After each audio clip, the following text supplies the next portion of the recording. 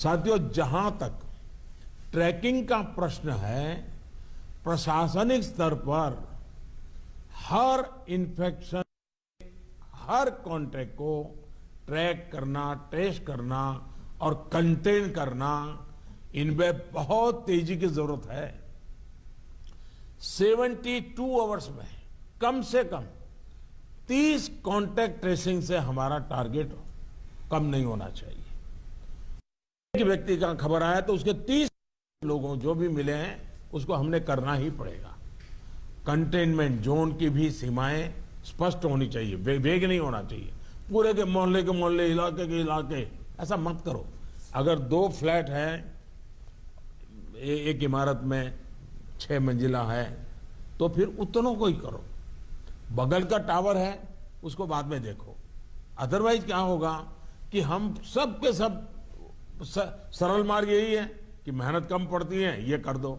उस दिशा में मत जाइए। आप सब इस दिशा में सक्रिय हैं, बस हमारी सतर्कता में कोई कमी नहीं आनी चाहिए, यही मेरा आग्रह रहेगा। हमें ये सुनिश्चित करना है कि कोविड फटीग के चलते जमीन तक जाते जाते प्रयासों में सुस्ती किसी भी प्रकार से नहीं आने देनी है। कई राज्यों में कॉन्टैक्ट ट्रेसिंग को पीरियोडिकली क्रॉस चेक करने के लिए भी टीम्स बनाकर काम किया है। इसके अच्छे नतीजे मिले हैं। हम सबको ये भी अनुभव है कि जहां कंटेनमेंट जोन में हेल्थ मिनिस्ट्री की एसओपीज का, और मैं मानता हूं ये एसओपी बड़े अनुभव से तैयार हुई है और समय समय पर किया गया है, उस एसओपी का प्रभावी पालन हो रहा है, वहां बहुत अच्छी सफलता मिल रही है। इसलिए मेरा ये सुझाव जरूर होगा कि इस और विशेष ध्यान दिया जाए। साथियों, हमने चर्चाओं के दौरान अभी मोर्टालिटी रेट पर चिंता जताई है। ये कम से कम रहे, इन पर भी हमें बहुत जोर देना है। और उसका मूल कारण यही है कि वो रूटीन लाइफ जीता है, मामूली बीमारी ऐसा मान लेता है, पूरे परिवार में फैला देता है और फिर एक स्थिति बिगड़ने के बाद अस्पताल तक आता है, फिर टेस्टिंग होता है और तब चीजें हमारे हाथ से निकल जाती है। हमारे पास हर हॉस्पिटल में डेथ एनालिसिस की जानकारी होनी चाहिए।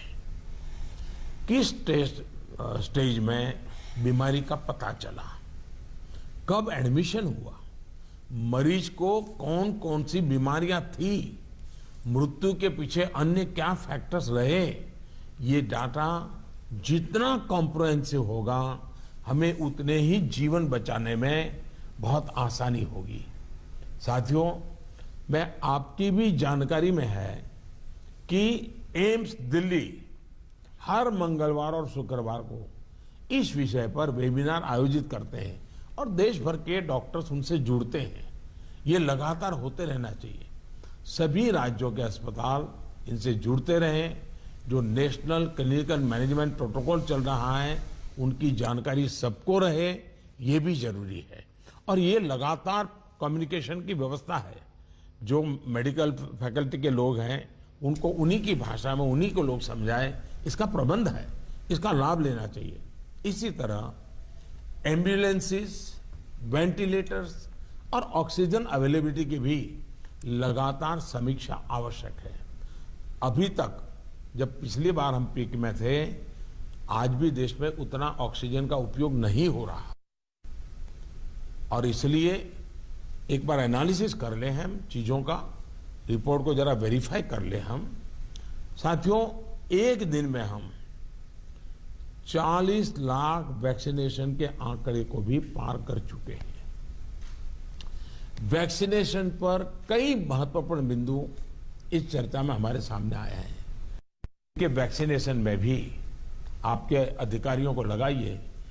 दुनिया भर के समृद्ध से समृद्ध देश जिसके पास सब सुविधाएं उपलब्ध है, उन्होंने भी वैक्सीनेशन के लिए जो क्राइटेरिया तय किए हैं, भारत उनसे अलग नहीं है। आप जरा स्टडी तो कीजिए, आप पढ़े लिखे लोग आपके पास है, जरा देखिए तो सही। और नए वैक्सीन डेवलपमेंट के लिए जितना भी कोशिश हो रही है, मैक्सिमम वैक्सीनेशन और मैन्युफैक्चरिंग कैपेसिटी है, उसके लिए भी काम हो रहा है। और वैक्सीन के डेवलपमेंट से लेकर स्टॉक और वेस्टेज जैसे जरूरी बिंदुओं पर भी चर्चा हुई है। ये बात सही है। आपको मालूम है कि भी इतनी वैक्सीन बन पाती है। अभी ऐसा तो नहीं है कि इतने बड़े बड़े फैक्ट्रियां कोई रातों रात लग जाती हैं। जो अवेलेबल है उसके हमें प्रायोरिटाइज करना पड़ेगा। किसी एक राज्य में सारा माल रख करके हमें परिणाम मिल जाएगा, ये सोच ठीक नहीं है। हमें पूरे देश को ख्याल करके ही उसको मैनेजमेंट करना पड़ेगा। कोविड मैनेजमेंट का एक बहुत बड़ा पार्ट वैक्सीन वेस्टेज ये रोकना भी है। साथियों, वैक्सीन को लेकर राज्य सरकारों की सलाह, सुझाव और सहमति ने से ही देशव्यापी रणनीति बनी है।